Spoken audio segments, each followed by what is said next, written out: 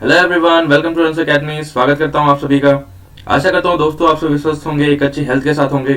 दोस्तों जैसा मैंने आपको बताया था कि we have started a crash course series for class 10th for upcoming board examination, जहां पर हम थ्योरेटिकल पोर्शन के साथ साथ क्वेश्चंस जो भी लेटेस्ट पैटर्न के अनुसार क्वेश्चंस आपके अपकमिंग बोर्ड एग्जाम्स में आने वाले हैं उन सभी को यहाँ पर फोकस करके हम टारगेट कर रहे हैं। हर एक वीडियो लेक्चर में मैं एक पर्टिकुलर टॉपिक यहाँ पर क्लियर कर रहा हूँ, थ्योरेटिकल पोर्शन भी और साथ साथ में उसके particular MCQs, case studies, association reason, इन सभी के क्वेश्चंस को भी हम लोग डिस्कस करते चल रहे हैं। तो अगर आप चैनल पर नए हो तो सब्सक्राइब कर लेना, बेल नोटिफिकेशन को ऑन कर लेना, सो दैट अपकमिंग वीडियोस की नोटिफिकेशन आपको मिलती रहे। अगर आपको वीडियो लेक्चर समझ में आ रहा है, पसंद आ रहा है, तो आप लाइक कर सकते हो, शेयर कर सकते हो अपने सभी दोस्तों के साथ, अपने सभी मित्रों के साथ। अभी जो भी आपके क्लास ग्रुप्स के दोस्त हैं जिनको सच में इस तरीके की प्रैक्टिस की आवश्यकता है, आप उनके साथ इनको शेयर कर सकते हो।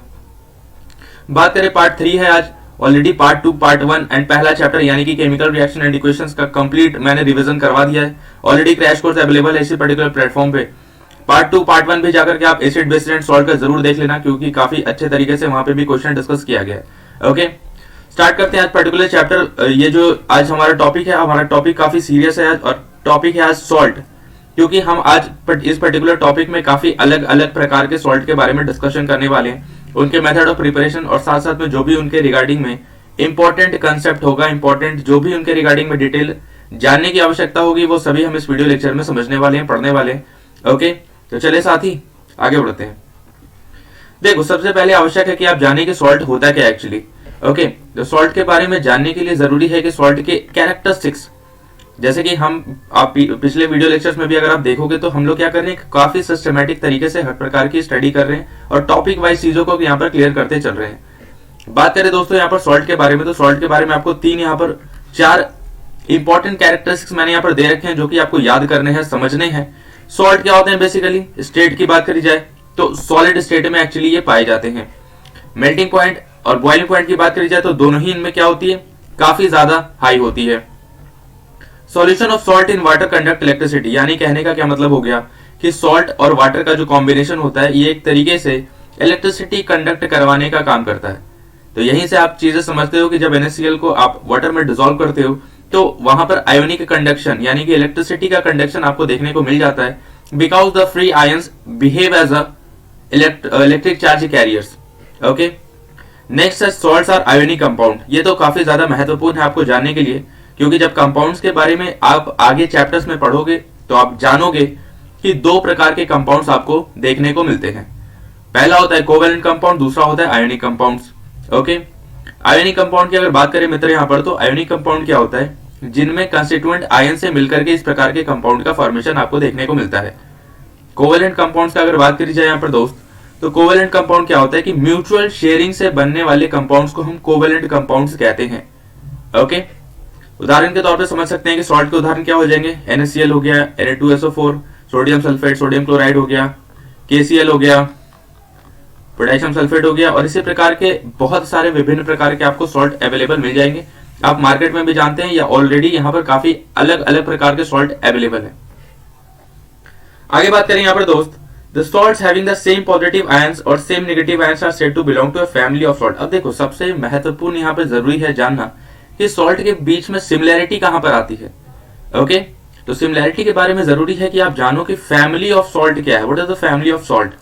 जैसे आप जानते होंगे, आप सभी के एक फैमिली मेंबर्स होते हैं, आपकी एक फैमिली होती है, एक परिवार होता है, जिनमें क्या होता है, सिमिलर कैरेक्टरिस्टिक्स के आधार पर आप जानते हैं कि हमारे परिवार में क्या है, कुछ चीजें सिमिलर है, कुछ चीजें उनके जो कैरेक्टरिस्टिक्स है, बर्ताव है, बिहेवियर है, नेचर है, ये सभी आपको कहीं ना कहीं कॉमन चीजें देखने को मिल जाती है एक परिवार के। आगे अगर यहाँ पे बात करेंगे तो ऐसे सॉल्ट्स जिनमें पॉजिटिव आयंस आपको सेम मिलते हैं तो उन्हें हम कहते हैं कहीं ना कहीं कि वो एक प्रकार के सॉल्ट फैमिली से बिलोंग करते हैं। जैसे एग्जांपल के तौर पे आप समझ सकते हैं यहाँ पर NaCl और Na2SO4, ये दोनों ही कंपाउंड में अगर आप देखोगे तो आप देख पा रहे होगे यहाँ पर कि सोडियम आयन इन दोनों में ही क्या है, कॉमन आयन है, यानी कि कॉमन एक तरीके का पॉजिटिव आयन यहाँ पर है। इस प्रकार से हम कह सकते हैं कि ये किस प्रकार के पॉजिटिव फैमिली ऑफ सॉल्ट से बिलोंग करेगा, तो ये बिलोंग करेगा सोडियम सॉल्ट से, सोडियम सॉल्ट या फैमिली ऑफ सोडियम सॉल्ट हम इसे कह सकते हैं।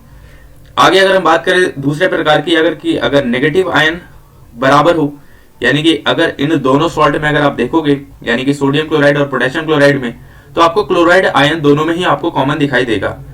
अब यहाँ पर आपको क्या चीजें दिखाई दे रही है, तो क्लोराइड आयन कॉमन है, यानी कि नेगेटिव आयन कॉमन है, और इसके आधार पर आप समझ सकते हो कि इस पर्टिकुलर अगर फैमिली बात करी जाए इन दोनों सॉल्ट्स की, तो क्लोराइड सॉल्ट की फैमिली हो जाएगी, क्लोराइड सॉल्ट्स की फैमिली हो जाएगी। तो जहां पर जिस प्रकार के आपको आयंस कॉमन दिखाई देते हैं, उस पर्टिकुलर फैमिली से उस सॉल्ट जो है वो बिलोंग कर रहा होता है। तो ये इंपॉर्टेंट कंसेप्ट था, आई होप कि आपको समझ में आ गया होगा। आगे बात करते हैं दोस्त हाइड्रोलाइसिस ऑफ सॉल्ट के बारे में। अब जब आप लैब एक्सपेरिमेंट्स परफॉर्म करने जाओगे तो आपको काफी महत्वपूर्ण प्रकार के लैब एक्सपेरिमेंट परफॉर्म करने होते हैं, जिसमें सबसे महत्वपूर्ण होता है सॉल्ट एनालिसिस।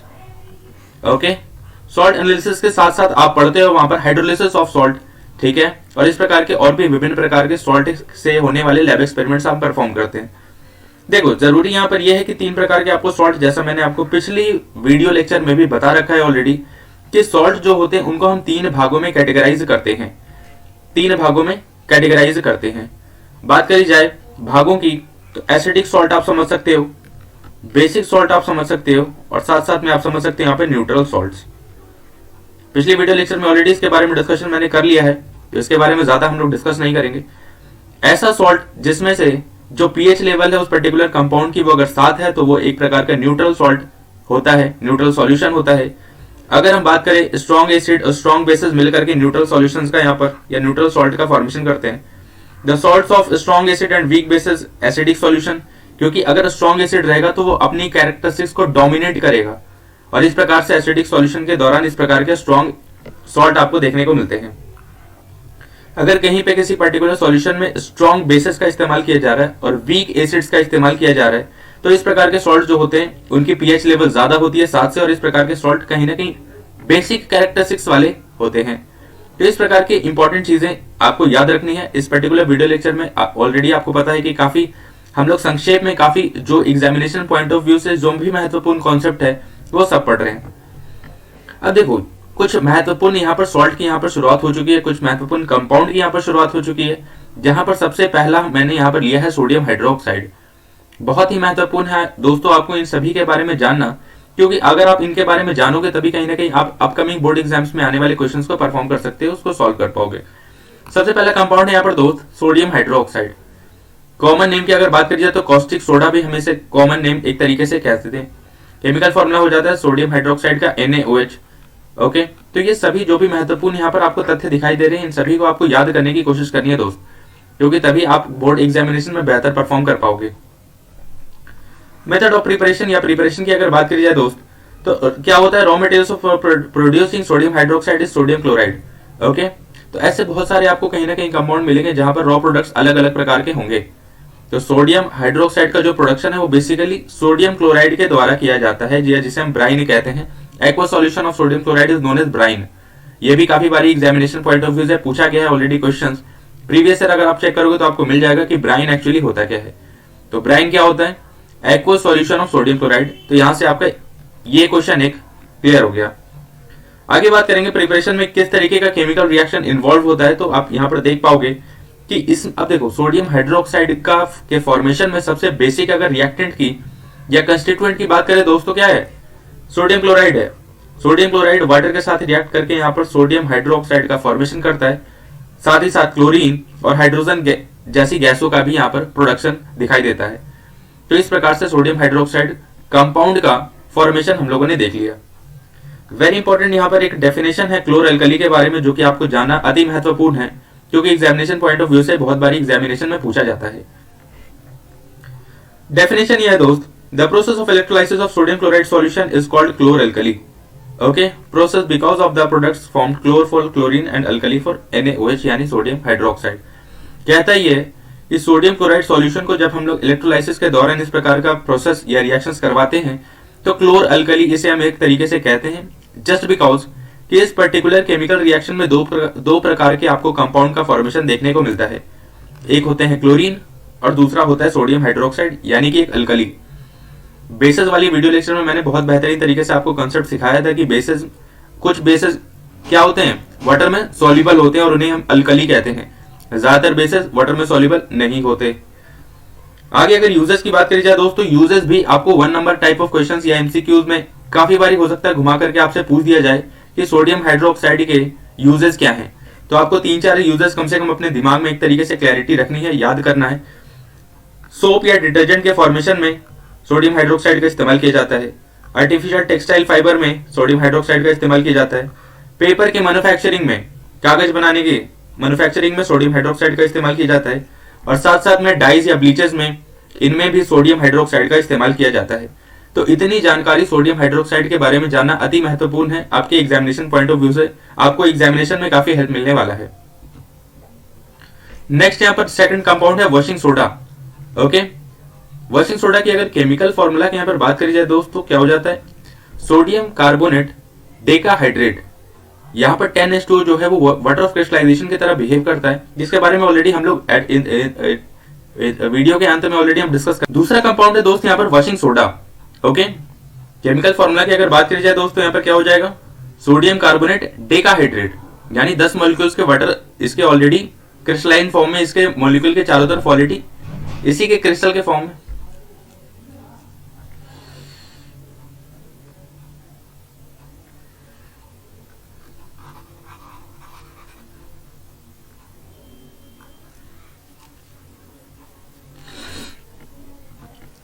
दूसरे कंपाउंड की अगर बात करी जाए दोस्तों यहाँ पर, तो washing soda is our second compound. Chemical formula की अगर बात करी जाए तो सोडियम कार्बोनेट डेकाहाइड्रेट इसका केमिकल फॉर्मूला होता है। 3 प्रकार के स्टेप्स यहाँ पर इन्वॉल्व होते हैं इसके प्रिपरेशन के दौरान, और इन तीनों ही स्टेप्स के दौरान आपको सोडियम कार्बोनेट डेकाहाइड्रेट का फॉर्मेशन देखने को मिलता है। अगर इंपॉर्टेंट कंस्टिट्यूएंट्स की बात करें कि सोडियम कार्बोनेट के फॉर्मेशन के दौरान जो इंपॉर्टेंट कंस्टिट्यूएंट्स हैं या एक प्रकार के रिएक्टेंट्स हैं, वो आपको सोडियम क्लोराइड, अमोनिया, वाटर और कार्बन डाइऑक्साइड, ये आपको देखने को मिलता है।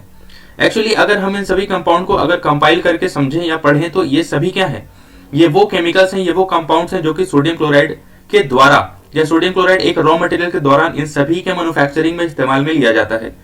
ओके, वॉशिंग सोडा के बारे में अगर बात करें दोस्तों, प्रॉपर्टीज किस प्रकार की होती है, ट्रांसपेरेंट क्रिस्टलाइन सॉलिड होता है। ओके, वाटर में सॉल्युबल होता है और साथ साथ में रेड लिटमस को ब्लू कन्वर्ट करने में ये सक्षम होता है, पॉसिबल होता है। तो बेसिकली क्या है, ये बेसिक कैरेक्टरिस्टिक्स वाला हो गया। ओके, वॉशिंग सोडा के अगर यूजर्स की बात करी जाए दोस्तों, ये क्या हो जाएगा, 3 यूजर्स मैंने ऑलरेडी यहाँ पर डाल दिए हैं, आप इनको याद कर सकते हो। क्लींसिंग एजेंट, डोमेस्टिक पर्पसेस के दौरान, यानी वॉशिंग सोडा से हम लोग क्या करते हैं, अपने घर के कपड़े वगैरह या क्लींसिंग एजेंट के तौर पर हम इसका इस्तेमाल करते हैं अपने घरों में। साथ साथ में पानी की हार्डनेस को भी एक तरीके से रिमूव करने के लिए, परमानेंट हार्डनेस, ओके, इस चीज को आपको याद रखना है कि परमानेंट हार्डनेस को रिमूव करने के लिए हम लोग वॉशिंग सोडा का इस्तेमाल करते हैं। साथ साथ में शीशा, साबुन और कागज जैसे मैन्युफैक्चरिंग के लिए हम भी वॉशिंग सोडा का इस्तेमाल करते हैं। तो इस प्रकार की चीजें आपको इंपॉर्टेंट यहाँ पर याद रखना है वॉशिंग सोडा के लिए। आगे बात करेंगे दोस्त बेकिंग सोडा के बारे में।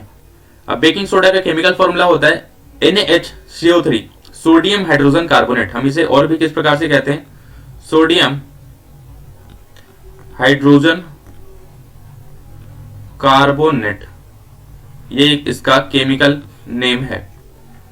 प्रिपरेशन की अगर बात करी जाए दोस्त, तो सोडियम हाइड्रोजन कार्बोनेट जो किसका जो प्रोडक्शन है, उसके लिए भी सोडियम क्लोराइड, अमोनिया, वाटर और कार्बन डाइऑक्साइड जैसे महत्वपूर्ण रिएक्टेंट्स की जरूरत होती है। ये इंपॉर्टेंट कंस्टिट्यूएंट्स मिलकर के आपको at the end sodium hydrogen carbonate का फॉर्मेशन या एज अ प्रोडक्ट आपको देते हैं या मिलता है।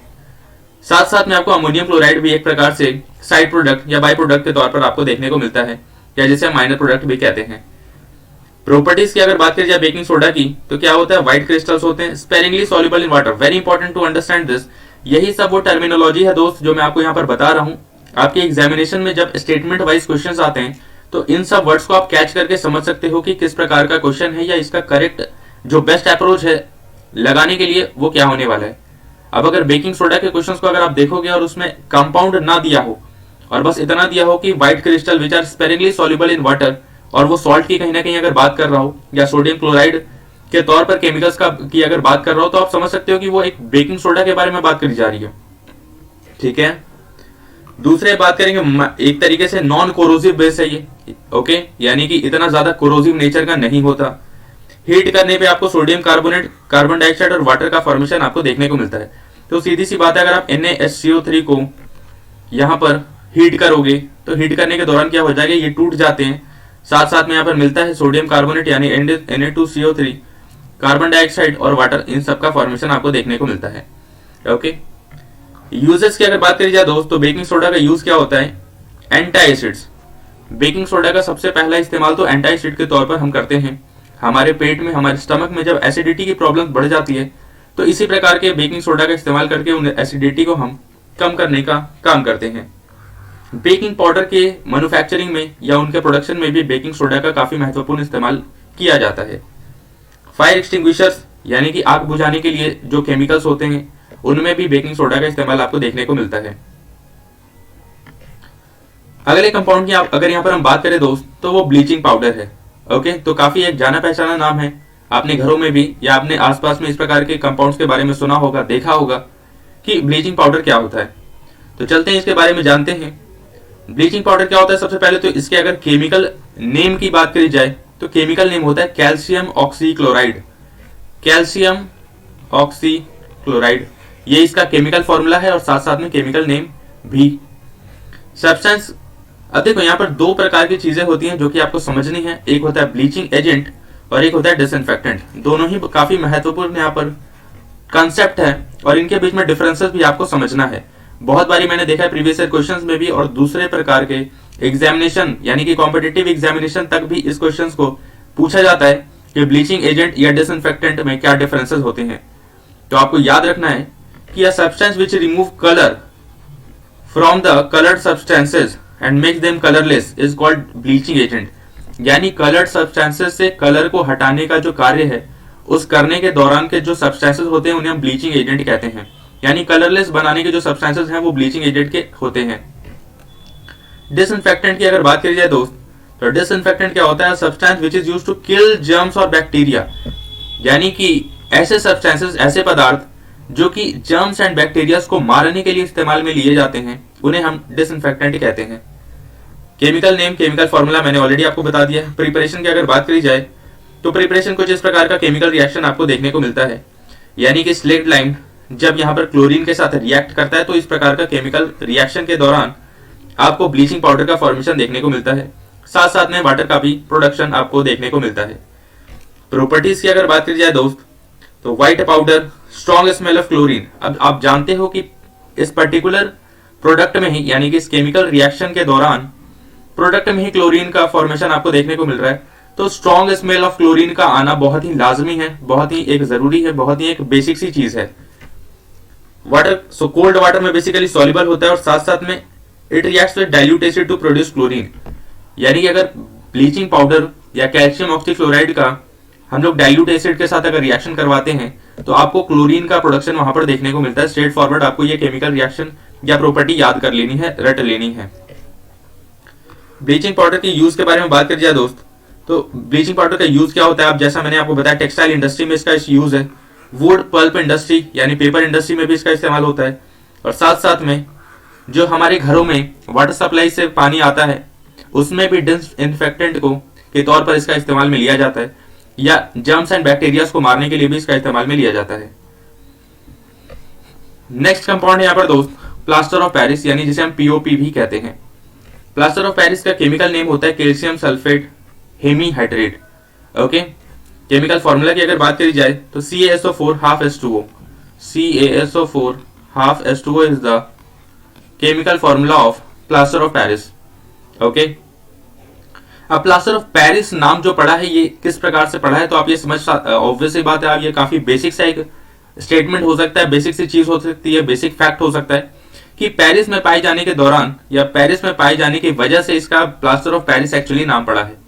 ओके, इसका इस्तेमाल बेसिकली जिप्सम के द्वारा किया जाता था और जो जिप्सम है वो पेरिस में पाया जाता है और इसी प्रकार से इसका नाम प्लास्टर ऑफ पेरिस पड़ चुका।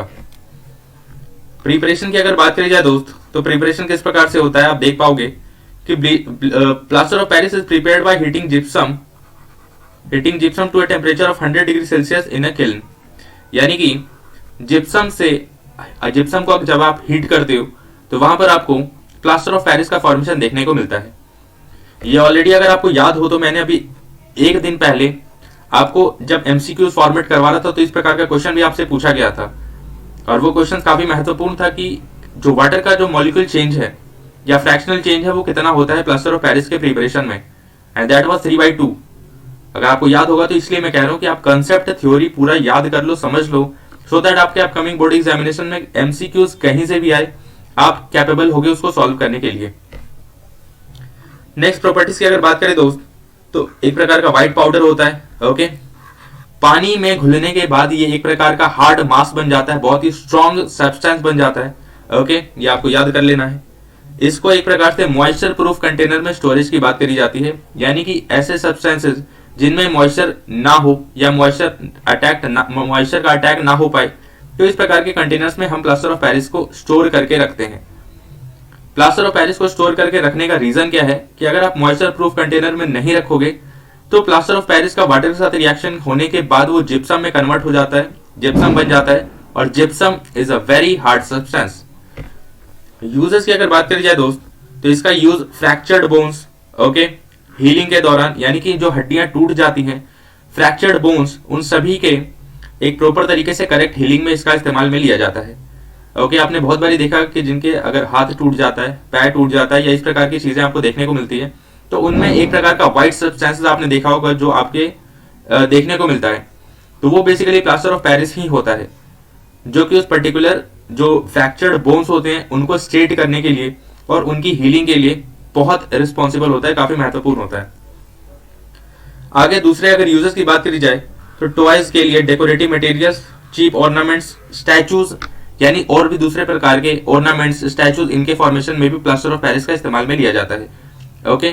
तो यहां तक हम लोगों ने सारे कंपाउंड्स पढ़ लिए हैं जो कि महत्वपूर्ण थे आपके एग्जामिनेशन पॉइंट ऑफ व्यू से, या जो कि आपके चैप्टर में है या आपके बुक्स में है, एनसीईआरटी हो या और भी जो भी रेफरेंस किताबें हैं। सबसे आखिरी टॉपिक की अगर यहाँ पर बात करी जाए दोस्तों, वो अपना होता है वाटर ऑफ क्रिस्टलाइजेशन, यानी जिसे हम हाइड्रेटेड सॉल्ट्स भी कहते हैं। बहुत ही छोटा टॉपिक है, बहुत क्विकली मैं इसको खत्म करूंगा। There are some salts which contain a few water molecules as an essential part of their crystal structure. जैसा मैंने आपको अभी बताया था थोड़ी देर पहले कि ऐसे कुछ सॉल्ट होते हैं जिनमें उनके क्रिस्टल स्ट्रक्चर में कुछ वाटर मॉलिक्यूल्स ऑलरेडी अटैच होते हैं और एक तरीके से एसेंशियल पार्ट होते हैं, और इन्हीं वाटर मॉलिक्यूल्स को हम वाटर ऑफ क्रिस्टलाइजेशन कहते हैं, ओके। तो the water molecules which form part of the structure of a crystal are called water of crystallisation, okay. The salt which contain water of crystallisation are called hydrated salt, okay. यानी कि ऐसे salts जिनमें already आप देख पाते होंगे कि water of crystallisation, यानी कि उनके क्रिस्टल स्ट्रक्चर में ऑलरेडी वाटर मॉलिक्यूल्स अटैच्ड हैं एज एसेंशियल पार्ट, तो उस प्रकार के सॉल्ट को हम हाइड्रेटेड सॉल्ट कहते हैं। एग्जांपल के तौर पे आप समझ सकते हो copper sulphate, pentahydrate, sodium carbonate, decahydrate, calcium sulphate, dihydrate. इस प्रकार के ये ऐसे सॉल्ट हैं जिनमें ऑलरेडी वाटर मॉलिक्यूल्स इनके क्रिस्टल स्ट्रक्चर में ऑलरेडी अटैच्ड हैं और एक प्रकार के एसेंशियल पार्ट होते हैं, ओके। तो दोस्तों यहां तक हम लोगों ने एसिड, बेसिस एंड सॉल्ट का भी कंप्लीट थ्योरेटिकल रिवीजन कर लिया है। यहां से हम एमसीक्यूज फॉर्म में जो क्वेश्चंस हैं वो डिस्कस करेंगे, काफी महत्वपूर्ण क्वेश्चंस हैं ये। इन सभी में से देखो क्वेश्चंस मैंने बहुत सारे ऑलरेडी करवा दिए हैं। केमिकल रिएक्शंस एंड इक्वेशन में भी ऑलमोस्ट अगर आप देखोगे मोर देन 50, 60, 70 क्वेश्चंस मैंने ऑलरेडी उस पर्टिकुलर चैप्टर में भी करवा रखे हैं। इस पर्टिकुलर अगर चैप्टर की बात करोगे तो ऑलरेडी इसमें भी मोर देन 60, 70 क्वेश्चंस मैंने होप सो करवा दिए होंगे। और इन सभी के पीडीएफ के लिए आप टेलीग्राम चैनल ज्वाइन कर सकते हो, आराम से आपको वहां पर पीडीएफ मिल जाएगा, आप खुद से भी प्रैक्टिस कर सकते हो, इन सभी नोट्स को पढ़ सकते हो। क्योंकि एग्जामिनेशन में आप जितना रिवीजन करोगे, जितना बेहतर तरीके से बार बार चीजें पढ़ोगे, उतनी हेल्प आपको मिलने वाली है। चलो कुछ महत्वपूर्ण क्वेश्चन देख लेते हैं कि क्वेश्चन किस प्रकार से पूछे जा रहे हैं। तो क्वेश्चन है पहला, Paheli is writing some statements, she wants to know in which of the following statement is और आर करेक्ट।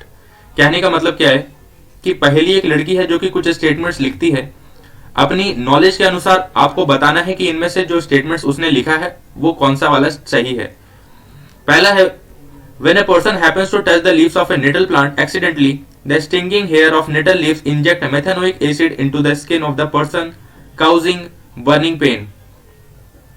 Option B है, an ant's sting injects methanoic acid into the skin of a person, causing burning pain. When a wasp stings, it injects an alkaline liquid into the skin. आप समझ पा रहे होगे कि पूरा concept के अनुसार ये पूरा क्वेश्चन है। अगर आपने कंसेप्ट पढ़ा होगा एसिड, बेसिस एंड सॉल्ट का काफी बेहतर तरीके, तो आप इजीली इनमें करेक्ट आंसर मार्क कर पाओगे। आप समझ पा रहे होगे इसमें जो डी है, यानी कि ये चारों ऑप्शन जो है वो एब्सोल्युटली करेक्ट है। ऑप्शन नंबर डी, एक्सप्लेनेशन क्या है कि ऑलरेडी आप समझ पा रहे हो कि ये सभी स्टेटमेंट सही हैं। ये सभी स्टेटमेंट क्या है, बहुत ही महत्वपूर्ण है, सही है। दूसरे क्वेश्चन की अगर बात करें जाएंगे दोस्त, तो दूसरा क्वेश्चन क्या कहता है, consider the following statements, choose the incorrect. Okay, question आपको एग्जामिनेशन में भी बहुत महत्वपूर्ण तरीके से समझना है, पढ़ना है। जल्दी जल्दी में बिल्कुल क्वेश्चन सॉल्व करने की गलती ना करें। ऑप्शन ए कहता है dilute hydrochloric acid causes indigestion of food. B option है tooth decay starts when the pH of acid formed in the mouth falls below 5.5। Being basic in nature, antacids react with excess acid in the stomach and neutralize it. D option है the bacteria present in our mouth break down the sugar to form acids such as lactic acid. Okay, तो correct answer आपने अगर concept पढ़ा होगा, मैंने already इसका theory parts already करवा रखा है। ऑप्शन नंबर ए बिल्कुल यहाँ पर एक गलत हो जाएगा, इनकरेक्ट हो जाएगा, यानी कि डाइल्यूट हाइड्रोक्लोरिक एसिड इनडाइजेशन का काम नहीं करते। आपने पढ़ा होगा कि हमारा स्टमक जो होता है उसमें आपको 3 प्रकार के गैस्ट्रिक जूसेस आपको देखने को मिलते हैं, गैस्ट्रिक जूसेस। ओके, आपको याद होगा एक HCl होता है उसमें से, एक पेप्सिन होता है, और साथ साथ में आपको म्यूकस देखने को मिलता है। तो ये HCl का काम क्या है, ये एक प्रकार से हमारे जो पीएच रेंज, हमारा जो पीएच लेवल है स्टमक का, उसको मेंटेन करने का काम करता है। साथ साथ में जो भी जर्म्स बैक्टीरियाज हैं जो कि हमारे फूड के दौरान हमारे स्टमक तक पहुंचते हैं, उनको कहीं ना कहीं किल करने का, और एक प्रकार से एसिडिटी या डाइजेस्टिव जो एक तरीके से एसिडिटी हमारे पेट की है उसको नॉर्मल लेवल में मेंटेन करने का काम करता है। Question number 3 is which of the following statements is true और फॉर एसिड्स, यानी एसिड्स के लिए इन चारों में से कौन से स्टेटमेंट सही है। अब आपको एसिड्स के कैरेक्टरिस्टिक्स के आधार पर ये क्वेश्चन पूछा गया है। कैरेक्टरिस्टिक्स अगर याद है तो आप इजीली सॉल्व कर पाओगे। देखो, बीटर वाला तो बिल्कुल भी नहीं हो सकता। बीटर मैंने जैसा आपको बताया था कि बीटर क्या करता है, बीटर होते हैं बेसिस। बेसिस की स्पेसिफिक कैरेक्टर्स होती है कि they are bitter in taste. तो जो अपना आंसर होने वाला है वो या तो बी होगा या तो सी होगा। तो चले जाओ एसिड्स की बेसिक कैरेक्टरिस्टिक्स पे। एसिड का बेसिक कैरेक्टरिस्टिक्स क्या है कि वो blue litmus to red convert करते हैं और सॉल्ट टेस्ट के होते हैं। तो ऑप्शन नंबर सी बिल्कुल यहाँ पर करेक्ट स्टेटमेंट हो जाएगा। एक्सप्लेनेशन भी मैंने दे दिया है, आप आराम से पढ़ सकते हो। Next question is in which of the following statement is और आर इनकरेक्ट, यानी कि यहाँ पर 4 ऑप्शन दिए गए, आपको बताना है कि इनमें से असत्य स्टेटमेंट कौन सा है। पहला है the solutions having pH values of 8, 9 and 10 are usually considered weak bases. The solutions having pH values of 11, 12, 13 and 14 are usually considered a strong bases. The solution having pH of 0, 1, 2 and 3 are usually considered to be strong acids. The solutions having pH of 4, 5 and 6 are considered to be neutral solutions. तो आप समझ पा रहे होगे कहीं ना कहीं तीनों स्टेटमेंट्स आपस में ये सही है, लेकिन ऑप्शन नंबर डी जो है वो गलत है। जस्ट बिकॉज कि जो पीएच लेवल है न्यूट्रल के लिए दैट इज 7 ओनली। तो कोई भी न्यूट्रल सॉल्यूशन होगा तो उसका पीएच 7 होना चाहिए, not below 7, not above 7, only 7। तो यहां पर डी जो हो जाएगा वो एक इनकरेक्ट स्टेटमेंट हो जाएगा। आगे बात करेंगे दोस्त यहाँ पे विच of the following statement is not correct, यानी कि फिर से इनकरेक्ट स्टेटमेंट आपको बताना है। पहला ऑप्शन है all metal carbonates react with acid to give us salt, water and carbon dioxide. All metal oxide react with water to give salt and acid. Some metal react with acid to give salt and hydrogen. Some non metal oxides react with water to form an acid. तो आप सीधी सी बात है chemical properties के आधार पर ये question हो गया। Option number B इसमें क्या हो जाएगा, एक प्रकार का इनकरेक्ट स्टेटमेंट है, क्योंकि सारे जो मेटल्स होते हैं वो क्या, all metal oxides are insoluble in water. मैंने ये थ्योरेटिकल पोर्शन में भी कंप्लीट करवा रखा है। नेक्स्ट क्वेश्चन की अगर बात करेंगे दोस्त, the property which is not shown by acids, यानी कि ऐसी प्रॉपर्टी जो कि एसिड्स के द्वारा शो नहीं की जाती है। ओके, तो इसमें क्या हो जाएगा, आप समझ सकते हो। दे हैव सॉल्ट टेस्ट, बिल्कुल सही बात है। दे द पीएच जो होता है वो 7 से कम होता है, बिल्कुल सही बात है। They turn litmus red, blue litmus को रेड कन्वर्ट करने का काम करता है, बिल्कुल सही बात है। यानी कि ऑप्शन नंबर बी जो हो जाएगा वो एक गलत स्टेटमेंट है। सोपी कौन होता है, बेसिस होते हैं। आपको याद होगा जब मैंने बेसिस की स्पेसिफिक कैरेक्टरिस्टिक्स बताई थी तो मैंने बताया था उस टाइम पे भी कि बेसिस जो होते हैं वो सोपी होते हैं, एक तरीके से टच करने के दौरान आपको सोपी महसूस होता है। Next question is which of the following is used for dissolution of gold. Okay, तो काफी एक बेसिक काफी बच्चों वाला क्वेश्चन हो गया एक। तो डायरेक्ट आप समझ सकते हो एक्वा रेजिया इसका करेक्ट आंसर हो जाएगा। आपने पढ़ा भी होगा कि एक्वा रेजिया क्या होता है, एक प्रकार का एक मिक्सचर है जो HNO3 और HCl का बेसिकली होता है, और ये इनमें एक्चुअली सारे मेटल्स डिसॉल्व कर जाते हैं, इवन गोल्ड, इवन और दूसरे एलिमेंट्स जैसे अगर बात करें जैसे सिल्वर, तो इस सारे एक्चुअली एलिमेंट्स को डिसॉल्व करने के लिए कैपेबल होता है। ओके, आगे बात करेंगे नेक्स्ट क्वेश्चन है, Mohan is writing some statement, choose the incorrect statement and help him. तो आप समझ सकते हो यहाँ पर कि मोहन भी क्या कर रहा है, अपने नॉलेज के अनुसार कुछ स्टेटमेंट्स लिख रहा है, आपको बताना है कि इनकरेक्ट स्टेटमेंट इनमें से कौन सा होगा। अब देखो, अगर आपको इनके बेसिक चीजें पता है ना, तो आप इजीली यहाँ पर जज कर पाओगे और समझ पाओगे। ऑप्शन नंबर ए कहता है, in the absence of water a substance will not form hydrogen ions and hence will not show its acidic behaviour. बिल्कुल सही बात है। Hydrochloric acid is completely ionised in water so it is a weak acid. Okay, आपको पता होगा। Option number C, dry HCl gas does not change the color of the dry blue litmus paper because it has no hydrogen ion. D option है, the HCl gas turn wet blue litmus paper red because it dissolves in the water present in wet litmus paper to form hydrogen ions. अगर आप समझ पा रहे हो, statement पढ़ने के दौरान आप समझ पा रहे होगे कि ऑप्शन नंबर बी जो है वो बिल्कुल एक इनकरेक्ट स्टेटमेंट है। Hydrochloric acid is completely ionised in water, statement खुद कह रहा है कि कंप्लीटली आयोनाइज्ड इन वाटर, तो वीक एसिड कैसे हो सकता है? बिल्कुल गलत बात है ना ये। कंप्लीटली आयोनाइजेशन का जो सीधा सा मतलब होता है वो ये होता है दोस्त कि जो एसिड है वो एक स्ट्रॉन्ग एसिड है। वीक एसिड्स तो क्या होते हैं? पार्शियली आयोनाइज होते हैं ना, पार्शियली आयोनाइज। मैंने थ्योरेटिकल ऑलरेडी पोर्शन में इसको कवर कर रखा है। तो ऑप्शन नंबर बी क्या हो जाएगा? इनकरेक्ट स्टेटमेंट हो जाएगा। नेक्स्ट है, which one of the following can be used as an acid base indicator by a visually impaired student. Already ये क्वेश्चन रिपीट हो गया, आपको याद होगा, कल ही मैंने इसको करवा रखा है। वैनिला एसेंस, यानी जो विजुअली इंपेयर्ड स्टूडेंट्स हैं उनको भी बेसिकली पता चले कि किस प्रकार से एसिड बेस चेंजेस हो रहे हैं, या इंडिकेटर के तौर पर वो ऑर्डर के द्वारा, यानी वैनिला एसेंस क्या एक प्रकार से ऑल्फैक्टरी इंडिकेटर है। ये क्या है? एक ऑल्फैक्टरी इंडिकेटर। जो विजुअली इंपेयर्ड है उसको देखने में कठिनाई होगी, वो देख नहीं पा रहा होगा स्टूडेंट, एंड इसीलिए वो सूंघ करके, स्मेल करके, ऑर्डर लेकर के समझ पाएगा कि किस प्रकार का एसिड बेस चेंजेस यहाँ पर देखने को मिल रहे हैं। तो वैनिला एसेंस क्या हो जाएगा? करेक्ट स्टेटमेंट हो जाएगा। नेक्स्ट है, विच of the following statement is और आर इनकरेक्ट। आपको बताना है कि इनमें से कौन से स्टेटमेंट सही है, एक्चुअली गलत है। इनकरेक्ट आपको बताना है, असत्य स्टेटमेंट्स बताने हैं। पहला है, rain water conduct electricity, distil water does not conduct electricity, glucose solution conduct electricity, alcohol solution also does not conduct electricity. तो आप समझ पा रहे हो कि ऑप्शन नंबर सी जो है वो एब्सोल्युटली इसमें इनकरेक्ट स्टेटमेंट हो जाएगा, क्योंकि ग्लूकोज सॉल्यूशंस क्या होते हैं? ग्लूकोज एक ऑर्गेनिक कंपाउंड है, ऑर्गेनिक, एंड ऑर्गेनिक कंपाउंड्स क्या होते हैं? ये they do not break into its constituent ions, and constituents या फ्री इलेक्ट्रॉन्स ना होने की वजह से, या एक प्रकार से फ्री आयंस ना होने की वजह से, they do not behave as a electron charge carriers, that's why they can not conduct electricity. समझ सकते, एक्सप्लेनेशन ऑलरेडी दे दिया है। Next question is, which of the following phenomena occurs when a small amount of acid is added to water. बहुत ही कम मात्रा में अगर आप एसिड्स को मिलाते हो वाटर में तो आपको क्या देखने को मिलता है? मैंने ऑलरेडी आपको डाइल्यूशन के टाइम पे पढ़ा रखा है कि एसिड को वाटर में मिलाना है या वाटर को एसिड्स में मिलाना है। फटाफट मेरे को कमेंट सेक्शन में बताओ कि किसको किस तरीके से मिलाते हैं, डाइल्यूशन के बारे में क्या इंफॉर्मेशन आपके पास है। करेक्ट स्टेटमेंट क्या हो जाएगा? आयोनाइजेशन और डाइल्यूशन आपको दोनों देखने को मिलता है। नेक्स्ट है, Parminder is writing some statement about polyester, in which of the following statement is और इनकरेक्ट, हेल्प हिम। ओके, तो इनमें से चार ऑप्शन आपको दिए गए हैं, फटाफट इसको बताओ आप कमेंट सेक्शन में कि इसका करेक्ट आंसर क्या होगा।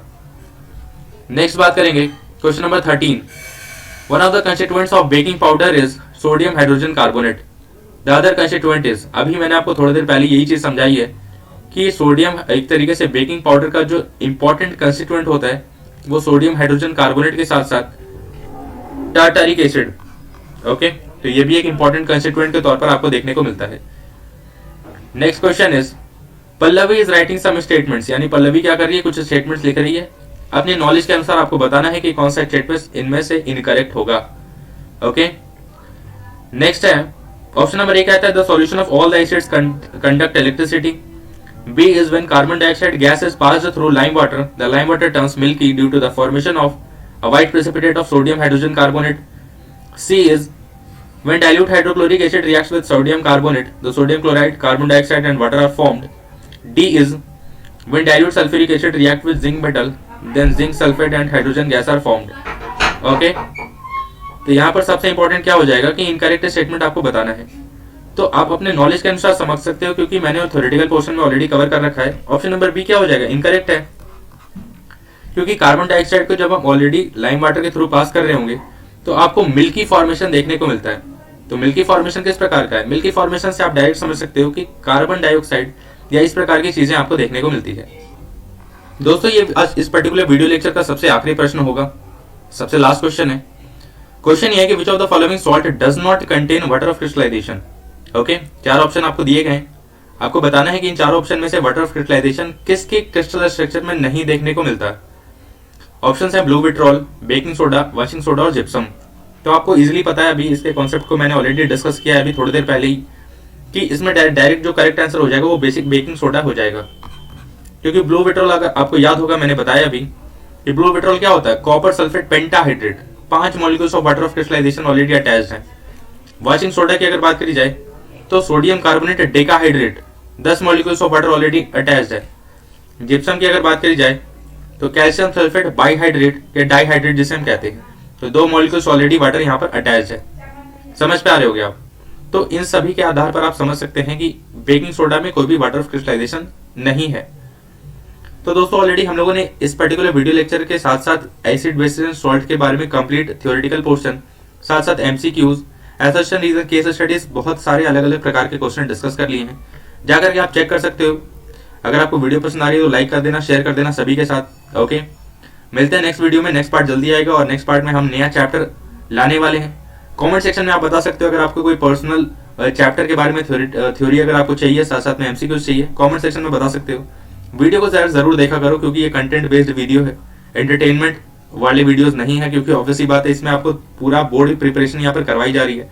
ओके, तो एंटरटेनमेंट कंटेंट के लिए आप कहीं थोड़ी देर बाद, कुछ दिन बाद आप सर्च कर लेना, लेकिन यूट्यूब पे अभी जो भी कंटेंट आपको दिया जा रहा है, one of the best content आपको यहाँ पर देखने को मिल रहा है। ओके, तब तक के लिए stay safe, stay happy, thank you so much.